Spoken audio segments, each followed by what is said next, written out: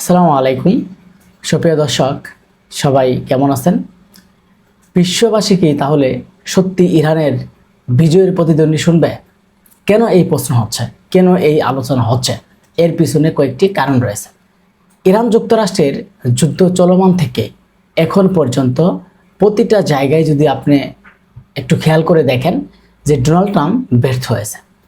ইরানের সাথে যুদ্ধ করতে গিয়ে তিনি যে ভুল করেছেন সেই ভুলের খেসারত কিন্তু তিনি দিয়েছেন, এবং ইরান যে কী জিনিস এটাও কিন্তু তিনি হারে হারে প্রমাণ পেয়েছেন। এমনকি ইরানের সাথে 41 দিন যখন যুদ্ধ চলমান রয়েছিল তখন মধ্যপ্রাচ্য সহ একটা ভয়ঙ্কর পরিস্থিতি তৈরি হয়েছিল। সে সময় এই যুদ্ধ থেকে কিভাবে পিছু হাঁটা যায় তার জন্য একটা ইস্যু খুঁজছিলেন ডোনাল্ড ট্রাম্প। সেই ইস্যু খুঁজে তিনি পিছু হাঁটা শুরু করেন, যে কোনোভাবেই পাকিস্তানকে ম্যানেজ করে এই যুদ্ধবিরতি করেন। আবারও তিনি যুদ্ধবিরতি নিজেই ভারিয়ে দেন এবং আবারও এই যুদ্ধ ভয়ঙ্করভাবে রূপ ধারণ করতে যাচ্ছিল কয়েকদিন আগে।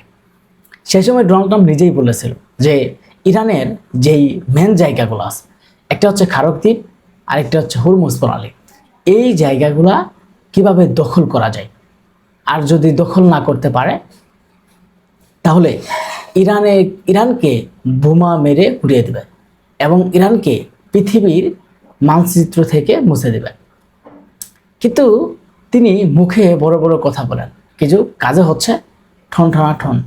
তিনি তার বুকের যে সাহস, সেই সাহস নাই যে ইরানের বিরুদ্ধে যুদ্ধ করে তারা টিকে থাকবে, এই সক্ষমতা কিন্তু তাদের নাই। কারণ এই কয়েকদিন আগে তিনি ভেবেছিল যে ইরানের আসলেই তেমন কিছু নেই, ইরান অনেক বড় বড় কথা বলে, এরকম একটা ভেবে ডোনাল্ড ট্রাম্প আবারও ইরানের উপর একটা ক্ষেপণাস্ত্র নিক্ষেপ করে। ক্ষেপণাস্ত্র নিক্ষেপ করার সাথে সাথে ইরান কিন্তু তার পাল্টা জবাব দিয়ে দিয়েছে। এবং সেই জবাব কিভাবে দিল? সেই জবাব দিয়েছে মার্কিন যুক্তরাষ্ট্রের যেই ঘাঁটিগুলো আছে সেই ঘাঁটিগুলোতে। সেই ঘাঁটিগুলো হচ্ছে দুবাই, কুয়েত, বাহরাইন, তুরস্ক, এই ঘাঁটিগুলোতে তারা যেই ক্ষেপণাস্ত্রগুলো নিক্ষেপ করেছিল জর্ডানে, কুয়েতে এবং বাহরাইনে, এই কয়টা জায়গায় একটা ভয়ঙ্করভাবে ক্ষেপণাস্ত্র নিক্ষেপ করেছিল। কিন্তু তার সাথে সাথেই ডোনাল্ড ট্রাম্প একটা চিন্তা করলো যে এখন আবার এই যুদ্ধ থেকে কিভাবে বেরিয়ে যায়। তিনি ভেবেছিল যে ইরানের সেই শক্তি সামর্থ্য নাই, তিনি যেটা ভেবেছিল। কিন্তু এখন ইরানের সাথে আবারও যুদ্ধ করতে গিয়ে তিনি বুঝতে পারলেন যে ইরান সত্যি আসলে কি জিনিস, ইরান যে কি জিনিস সেটা তিনি এখনো আবার নতুন করে হারে হারে টের পাচ্ছেন।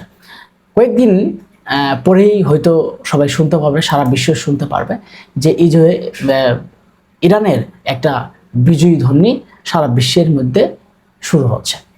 কি বলছে যুগান্ত পত্রিকার একটু রিপোর্ট থেকে আমরা শুনে আসি। যে যুগান্ত পত্রিকার একটা যদি রিপোর্ট থেকে আমরা শুনি যে বিশ্ব শীঘ্রই ইরানের বিজয়ের প্রতিধ্বনি শুনবে। বিশ্ব শীঘ্রই ইরানের বিজয়ের প্রতিধ্বনি এবং প্রতিরোধ শক্তির সাফল্য দেখবে বলে মন্তব্য করেছেন ইরানের জ্যেষ্ঠ সামরিক কর্মকর্তা মেজর জেনারেল আলী আবেদুল্লাহ। সেই সঙ্গে তিনি ইসরায়েলকে একটি আগ্রাসন শত্রু হিসেবেও উল্লেখ করেন। ইরানীয় রাষ্ট্রীয় গণমাধ্যম প্রেস টিভির এই খবরে কথা জানানো হয়, মেজর জেনারেল গোলাম আলী রশিদ এবং আমিন আব্বাস রশিদের মৃত্যুবার্ষিকী উপলক্ষে আয়োজিত এক অনুষ্ঠানে পাঠানো বার্তায় আবদুল্লাহি এসব কথা বলেন। কিন্তু এই কথার পরিপ্রেক্ষিতে আমরা আরেকটু যদি আলোচনা করি যে ইরান থেকে বারবার যখন একটা বার্তা দেওয়া হচ্ছে, ইরান থেকে যখন বলা হচ্ছে যে আমরা অল্প দিনের মধ্যেই আমরা একটা বিজয়ের প্রতিধ্বনি শুনব এবং এই যুদ্ধে আমরা বিজয় হব, তাদের সেই শক্তি সামর্থ্য আছে এবং তারা সেইগুলো জানে যে তারা আসলেই ইরানের ইরান যুক্তরাষ্ট্রের যুদ্ধের বিজয়ের সম্ভাবনা রয়েছে ইরানের। কারণ ডোনাল্ড ট্রাম্প প্রতিটা পদক্ষেপেই তো তিনি ভুল করেছেন এবং প্রতিটা পদক্ষেপেই তিনি পিছু হাঁটা শুরু করেছেন। তার মানে যে কোনো একটা ইস্যু নিয়ে তিনি পিছু হাঁটছেন, এটাই কিন্তু এখন প্রমাণিত হয়েছে। সবাই